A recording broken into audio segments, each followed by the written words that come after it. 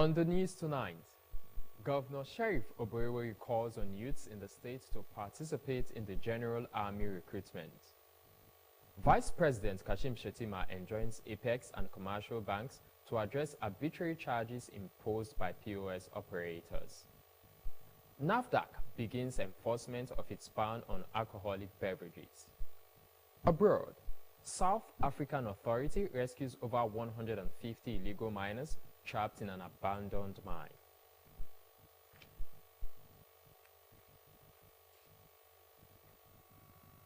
Good evening and welcome to the Delta Television News at 8. I am Ogaga Ekama. Governor Sheriff Oborevwori has said his administration is taking advantage of the dry season to complete some ongoing projects across the state. Governor Oborevwori disclosed this during an inspection of the Sector A of the Ughelli Asaba Ruralization Project at kilometers 77 in Arade, Isoko North local government area of the state. Ejime Udweme reports.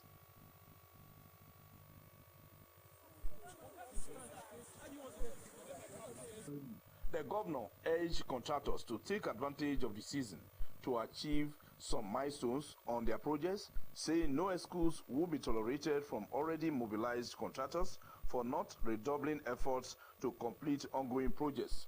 If they finish section, you can commission section. If you watch well now, they've done with completion of C2 already. They've done C2 already. So just a little work on the C2. Then the C1, that's where you have the bridge, the Agashuk bridge. So once they finish with that one, we can take them, but it depends. It will depend, but at least the road is serving us. That is the most important thing. Commissioning is not the problem. If they finish the road and people are using this road, it serves us even more better than even the ceremony. He appealed to motorists to exercise caution and observe all traffic rules to safeguard their lives and vehicles due to the smoothness of the newly completed roads. He said the Adagrasa and the upper and lower Rejua roads in Warri South local government area had been completed and will be inaugurated on a later date. At the Beneku Bridge linking Indokwa West and Indokwa East local government areas, Governor Oborevwori expressed displeasure with the finishing, describing the aesthetics as poor. He recalled that over the years, people of the area had used pontoons to cross trucks, other vehicles and farm produce, stressing that he was happy the people were now able to drive into the town through the ongoing bridge. Some of the things we observed, they have also been done, but I'm not satisfied with the work. But the finishing, because if you look at all the work, look at the poor finishing, and I'm not satisfied with the work. We know the bridge is solid, but the aesthetics is really bad. Finishing is very bad. This is not the kind of work I really need. This is not the kind of work that has this. It does 95%. It's done with the binding cost, and what is left on the wearing cost is 40%. The governor called on the contracting firm to correct all observed defects, pointing out that the bridge, apart from connecting communities, will boost the economy of the areas. Ejime Udweme reporting.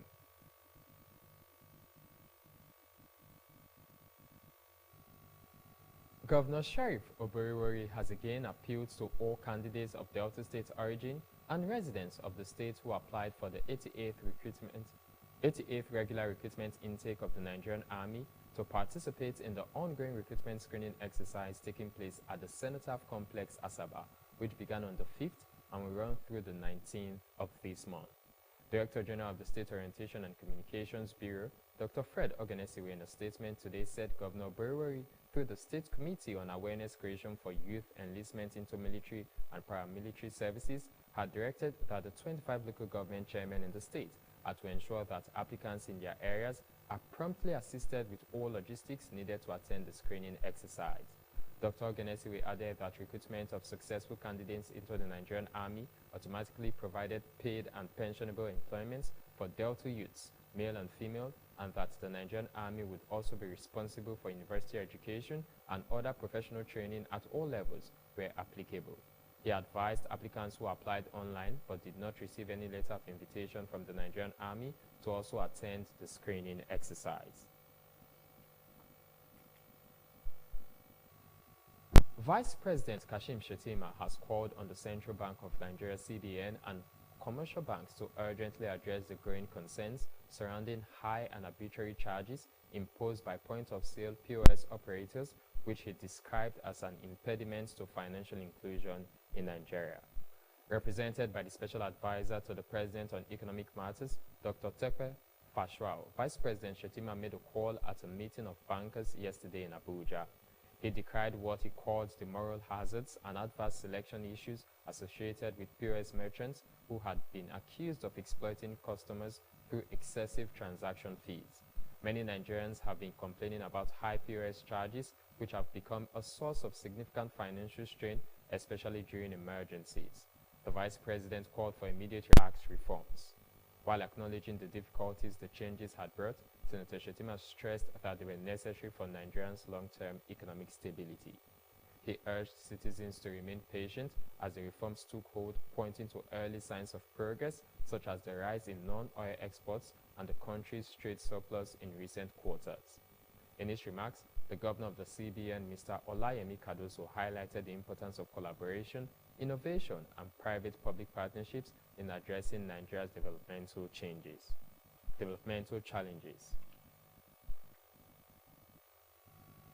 A mobile court in Asaba has jailed 12 unlicensed collectors of scrap metal, popularly known as iron condemn, for doing business without due process and for not obtaining license from the state government. They were arrested by the Delta State Environment Marshals for engaging in illegal scrap metal collection, which poses significant security risk to residents of the state. Those convicted are to serve various jail terms without option of fine to serve as deterrents to others. The court ruled that their actions undermined public safety and warranted strict punishment to deter others from similar illegal activities. The chairman of the task force, Chief Gospower Asiewu, while commending the court's ruling, assured the people that the state government would continue to do the needful to protect lives and properties and maintain law and order. He urged residents to report any suspicious movements or criminal activities to law enforcement agents and local vigilante in towns and villages, adding that the state environmental marshals and task force would continue to do the needful, while unlicensed iron condemned operators were shown the way out of Delta State. In the same vein, the Director General of the State Orientation and Communications Bureau, Dr. Fred Ogenesiwe, urged Deltans not to patronize unlicensed scrap collectors to avoid arrest and prosecution, pointing out that it was unlawful to do business with lawbreakers and deviants. He explained that regulations and subsisting laws in the state clearly prohibited door-to-door collection or scavenging of scrap metals and other recyclable materials, use of carts or other handheld carriers such as sacks. Dr. Ogenesiwe stressed that compulsory registration, licensing, and annual renewal of licenses of vehicles and other approved means of collecting scrap metals or other recyclable materials for sale were non-negotiable, while operators must profile their staff and persons engaged in the business of collection of scrap metal and other recyclable materials with the appropriate government agencies. The National Agency for Food and Drug Administration and Control, NAF manufacturers were given a 5-year notice in 2018 to discontinue the produced beverages, with the grace period expiring in December last year. He noted that the ban was officially announced by NAFDAC's Director General, Professor Mojisola Adeyeye, in February this year, warning manufacturers to therefore cease production of the banned items, as NAFDAC would intensify its crackdown on offending companies and continue seizing such products from supermarkets, shops, and hawkers nationwide. The Inspector General of Police, IGP, Mr. Kayode Egbetokun, has announced a major shake-up in the Nigerian police force, ordering the posting of new Assistant Inspectors General of Police AIGs to strategic positions. The redeployment, according to Mr. Egbetokun, is aimed at enhancing operational efficiency and ensuring effective policing across the country. The newly posted AIGs Suleiman Yusuf, Zone 9, Umuahia, Ahmed Amani, Zone 1, Kano, Zachariah Ferrer, Zone 4, Makurdi, and Augustina Obodo, Force Criminal Investigation Department Annex, Lagos. The IGP urged the newly posted officers to prioritize the welfare of officers and men and to ensure strict adherence to professional ethics and human rights standards. He also called on the public to support the Nigerian Police Force in its efforts to provide security and safety to all. The Federal Road Safety Corps, FRSC, has warned motorists to desist from exceeding the 100 km per hour speed limit on expressways as the festive season approaches. The Corps gave the warning amid the alarming rate of road accidents in the country. According to recent data from the FRSC and the National Bureau of Statistics (NBS), more than 21,000 lives have been lost to road crashes in the past 4 years in the country. The NBS recorded 6,205 fatalities from road accidents in 2021, while the FRSC reported 6,456 deaths in 2022.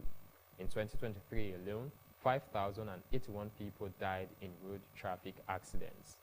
In an interview with newsmen, the FRSC spokesperson, Mr. Olusegun Ogunbamide, said speeding remained a primary cause of fatal crashes. Mr. Ogunbamide emphasized that adhering to speed limits could significantly reduce the number of fatalities on the roads. The FRSC spokesperson advised passengers to be cautious about their drivers, urging them not to allow anyone drive them recklessly. The immediate past Managing Director of Federal Medical Center FMC Asaba, Dr. Abiodun Farumbi, has received a heartwarming send-forth as he bows out of service. The ceremony held in Asaba.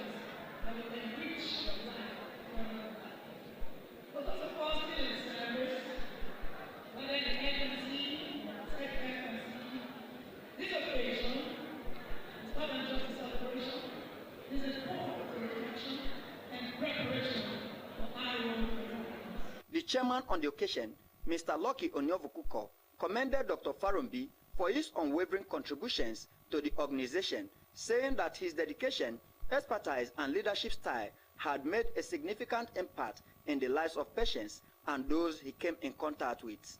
Mr. Farumbi was a very good administrator. He had his own shortcomings. But one thing I will give to him is that whatever quarrel you have with him, it ends there. I will give that to him. Whatever dispute, whatever disagreement you have with him, it ends there. When you see him the next moment, Farumbi is his normal self. We will come out to assist you in whatever you want. Do remember yourself, because you will come back here. If you don't come back here, you will go to any hospital as a patient. So the way you treated the patient, that is how you will be treated. So let us give comfort to our patients. Our patients are our customers. They are our commodity. They are those who we take care of. So we must give them comfort. Today, Farumbi has led that environment. And I believe that we will remember for the comfort. The medical director of the FMC Asaba, Dr. Victor Osiatuma, eulogized his predecessor as an astute administrator and one who upheld obedience to civil service rules and regulations. He is an astute administrator. He is a highly knowledgeable person, a man who knows his onion. He knew civil service. He knew civil service rules and applied them very strictly. He was a disciplined man, very jovial, very friendly, and very firm. He made a lot of impact. He made a lot of, how would I put it? He had a lot of influence, impact. He touched a lot of lives. So all of that would not have been possible if not for God. So let him keep his faith in God. Secondly, I wish him good health, long life, and prosperity. Other speakers commended Dr. Abiodun Farombi for his immense contributions to the development of the hospital and joining him to pursue his vision as he began a new chapter in his life. The event featured presentation of gifts and award to Dr. Abiodun Farombi by staff of the FMC and friends. Henry Onogwa reporting. Still to come on the news. South African Authority rescues over 150 illegal miners trapped in an abandoned mine. Details of this and more coming up shortly.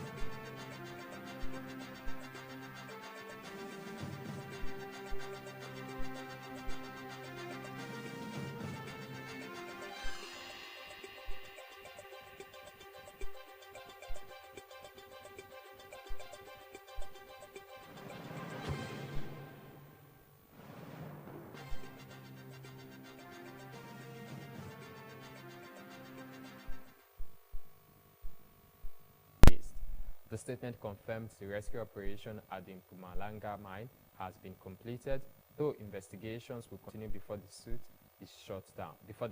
is shut down. Meanwhile, rescue efforts are still underway at another abandoned mine in Stilfontein, southwest of Johannesburg. Authorities plan to deploy more equipment on Monday to assist with removing those still trapped underground.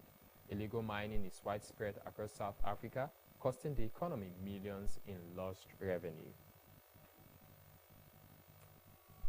Election day has arrived in Ghana, where a debt crisis and high cost of living costs mean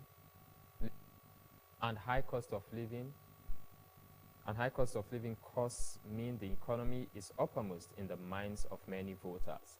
The West African nation is guaranteed a new president as Mr. Nana Akufo-Addo steps down after reaching the official limit of 2 terms in office. He could be replaced with a familiar face in former President John Mahama. If former President John Mahama succeeds in his comeback attempt for the NDC party, his main challenger is expected to be Vice President Mahamudu Bawumia, who would become the country's first Muslim leader if he wins for the governing MPP party. Other candidates include Mr. Nana Kwame Bediako, a businessman popular with young voters, and Mr. Alan Kyerematen, who defected from the ruling NPP party last year. Close to 19 million Ghanaians are registered to vote. Despite Ghana recently bringing in tougher legislation to drive up the numbers of women, Apollonia Joachim Kwele Dame Tambela and dissolved the entire government. The dismissal of the head of government and his cabinet was announced in a decree signed by the junta leader yesterday. The decree did not specify why the Prime Minister was sacked, but said members of the dissolved government will continue to serve until a new cabinet is appointed. Mr. Tambela, a civilian, was named Prime Minister in 2022, shortly after Ibrahim Traore seized power in a coup. His dismissal came barely weeks after another civilian Prime Minister, Mr. Shogun Maiga, was sacked by coup leader General Assimi Goïta in neighboring Mali. It remained unclear if Captain Traore would emulate his Malian counterpart by appointing a military official as Prime Minister to maintain the junta's grip on power. Burkina Faso, like its Sahel neighbors, continues to face security threats from jihadist groups. Despite promises by the military to improve security, the situation remains dire with frequent attacks from insurgents. There are concerns that junta leaders in the Sahel are trying to prolong their stay in power by delaying elections meant to return their countries to civilian rule. And now in business, the National Bureau of Statistics (NBS) has said that the country has recorded a positive trade balance of 5.81 trillion naira for the 8th consecutive quarters in third quarter, but this is lower than 6.9 trillion naira recorded in second quarter and 6.52 trillion naira in first quarter.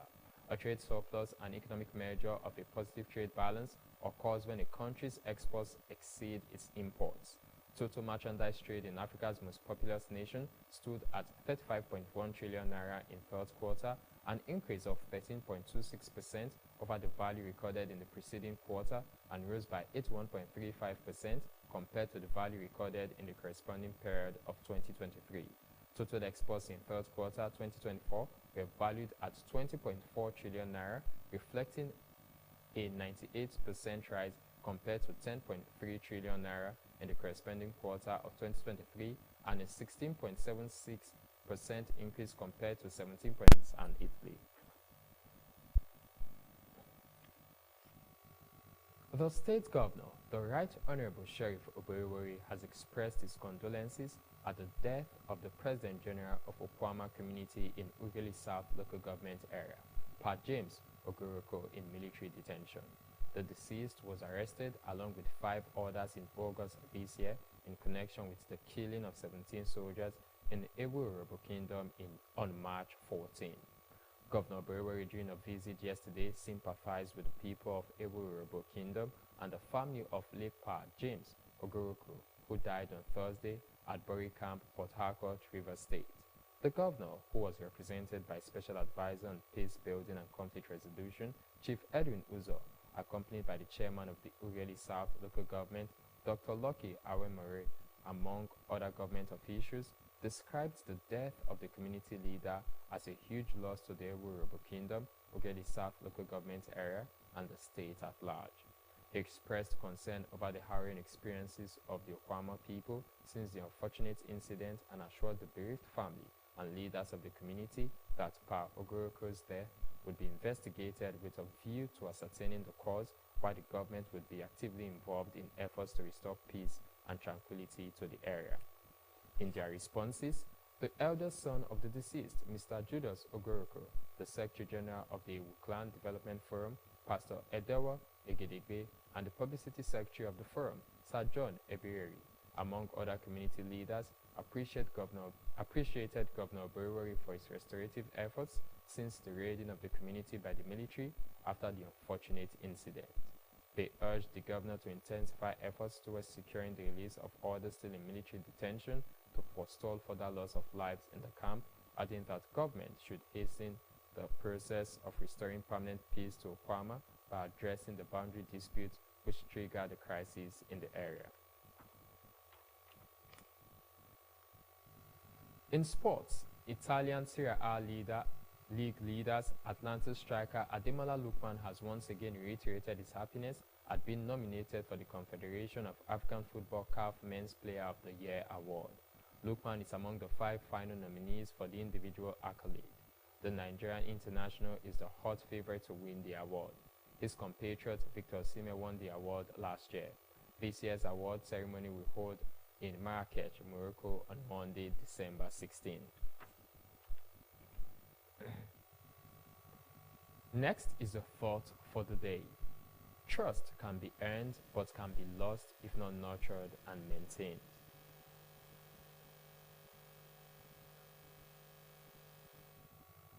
To end the news, here again are the main points. Governor Sheriff Oborevwori has again appealed to all candidates of Delta State origin and residents of the state who applied for the 88th regular recruit intake of the Nigerian Army to participate in the ongoing recruitment screening exercise taking place at the Cenotaph Complex, Asaba, which began on the 5th and will run through the 19th of this month. Director General of the State Orientation and Communications Bureau, Dr. Fred Oganesiwe, in a statement today, said Governor Oborevwori, through the State Committee on Awareness Creation for Youth Enlistment into Military and Paramilitary Services, had directed that the 25 local government chairmen in the state are to ensure that applicants in their areas are promptly assisted with all logistics needed to attend the screening exercise. Vice President Kashim Shettima has called on the Central Bank of Nigeria (CBN) and commercial banks to urgently address the growing concerns surrounding high and arbitrary charges imposed by point-of-sale POS operators, which is described as an impediment to financial inclusion in Nigeria.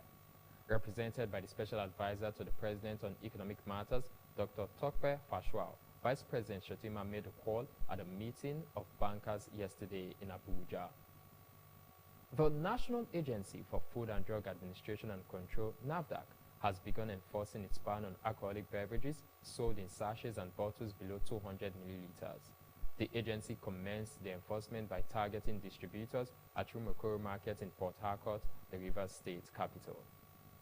And abroad, more than 150 illegal miners have been rescued from an abandoned mine in South Africa's eastern Mpumalanga province. Police said 3 bodies were recovered earlier this week on the first day of the rescue operation. That's the news. Thank you so much for watching. I am Ogaga Ikama. Good evening.